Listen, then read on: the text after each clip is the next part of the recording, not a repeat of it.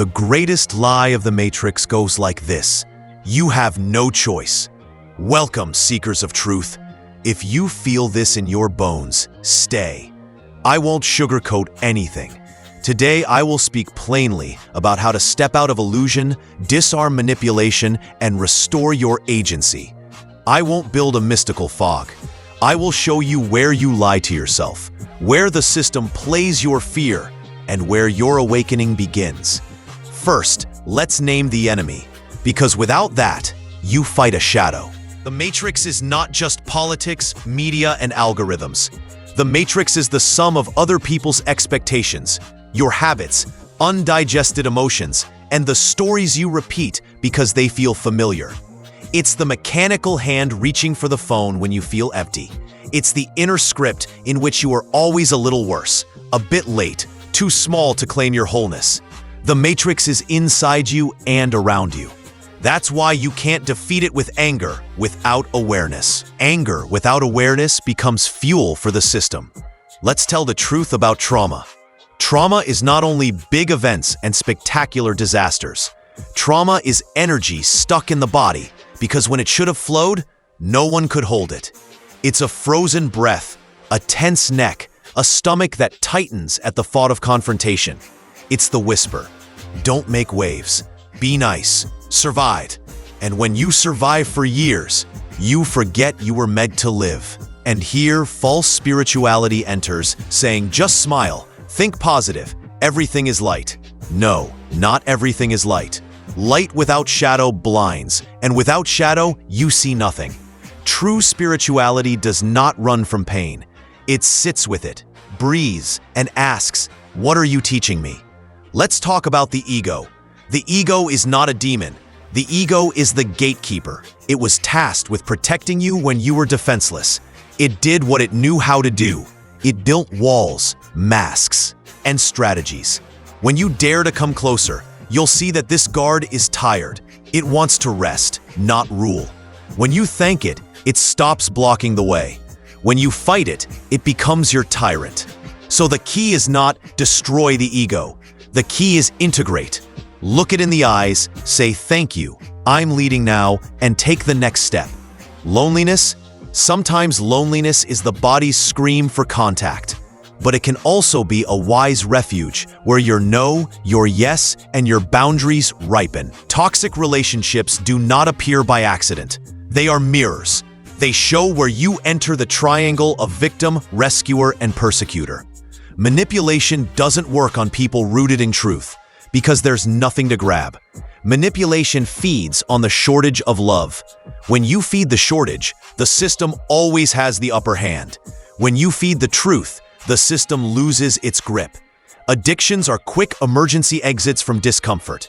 It's not only about substances. It's the scrolling, the shopping, the perfectionism, the admiration of others, the workaholism pretending to be a mission.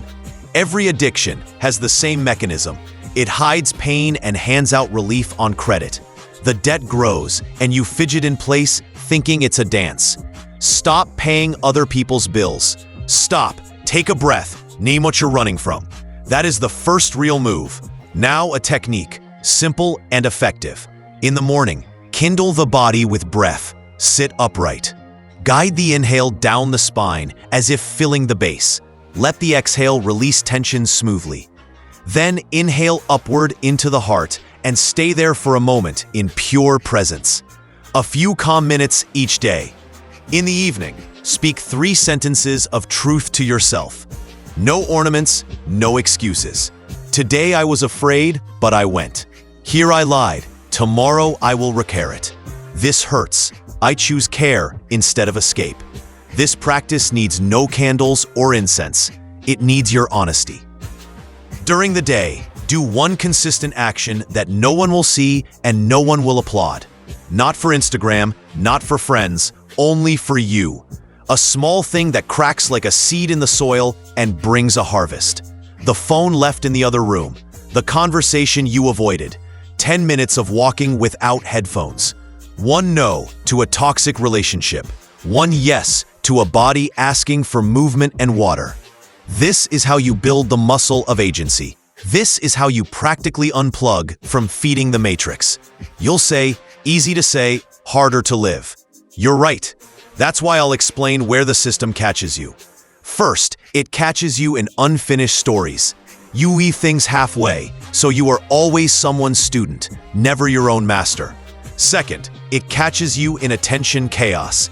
It scatters you so that you never stay with your truth for longer than a brief moment. Third, it catches you in shame. Shame says, you don't deserve. And when you believe it, you close your own door. How to break this? Start with a sheet of paper. Write down one lie you carry about yourself. One sentence. For example, I can't change anything. Underneath, write the truth. I can change one small move today. At the end, write the action. I do it now. I get up, I breathe, I call. I let go. This is not magic. This is psychological hygiene. This is how real freedom begins. One more thing about false spirituality, because it matters. False spirituality promises a shortcut. It says a mantra, a candle, a talisman, a ritual will be enough. No, it won't. A ritual without heart is an empty form. A mantra without honesty is a song without sound. Astrology and numerology can be maps, but the map will not walk the path for you. Do not hand your power to signs, dates, and configurations. Signs are the language of the field, not a verdict of fate. If the number 33 stirs something in you, treat it as a reminder that wholeness awakens when you unite opposites, not when you pick only one side. The turning moment comes, not because the universe suddenly decides, but because you stop waiting. You sit in silence and hear a very simple message. No one is coming for you. You have to come for yourself. That can be a brutal truth, but that is where spiritual adulthood begins. You take off the victim mask. You stop playing the game of who proves more to whom. You thank your fear because it showed where your boundary is. You thank your anger because it pointed to what must be protected. You thank your shame because it taught you humility. Then you do something the Matrix does not understand. You forgive. Not to justify harm, but to stop feeding it with your energy. When you stand like this, the quality of your presence changes. You start seeing people, not projections. You start hearing yourself, not the echo of other people's narratives. In relationships, you choose clarity over games. You say directly what you feel and what you need. Agreement to conflict stops frightening you, because you know conflict is about truth, not about winning. Work becomes a place where you bring value instead of bidding for importance. The body stops being an enemy and becomes a temple. The mind stops being a tyrant and becomes a tool. The heart stops being fragile glass and becomes a compass. This is where meaning appears, not meaning in big words, but in simple choices. One kind word to someone fading. One no to your own addiction. One conversation with yourself instead of another reel of someone else's life. When you choose like this day after day, something happens that is rarely spoken about. Calm. Not the postcard calm, but a calm spine, a calm breath, a calm gaze that doesn't need to control everything. From this calm comes courage. Courage is not the absence of fear. Courage is movement in the presence of fear. Now, an important part about society and lifting the planet. You won't change the world by hating it. You will change it when you stop feeding it with your fear and start nourishing it with your presence. The vibration of the planet rises as your honesty in daily choices rises. When you switch off the lie within, the lie outside stops attracting you. When you heal your own trauma, you stop selling it forward in relationships, family, work. When you leave addictions, you free energy for creation. This is not metaphysics for the chosen. This is practical for everyone. Let's return to loneliness, because many of you feel it. Loneliness doesn't vanish at once. First, it turns into silence. In the silence, you hear a voice that could not be heard before through the noise. That voice says, wake up, get up, let's go. You go, and you begin to meet your people. People who don't play. People who can cry and laugh in a single breath. People who are not afraid of the word sorry and can say thank you without shame. This is your tribe. It needs no uniforms or recognition signs. You will recognize one another by the calm that doesn't pretend and by the courage that doesn't shout. If you're asking now, what next? I answer simply. Choose 3 practices and do them stubbornly. Spine to heart breath in the morning. 3 sentences of truth in the evening.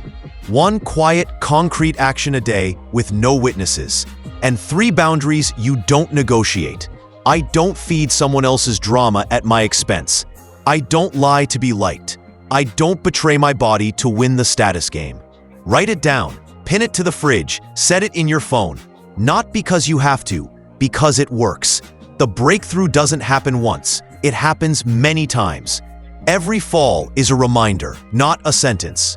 When you slip from the practice, don't make a scene out of it. Return, just return. That is what differentiates awakening from perfectionism. Perfectionism says, you failed, it's over. Awakening says, check what pushed you off and stand up once more. That movement, repeated patiently, shifts the track of your life. And finally, I want to tell you something I've had in my heart for a long time. You are not broken. You are unfinished. Your wholeness will not come from outside. It is already within you, waiting for you to stop covering it with stories that are not yours. When you unite light and shadow, mind and heart, strength and gentleness, alchemy happens.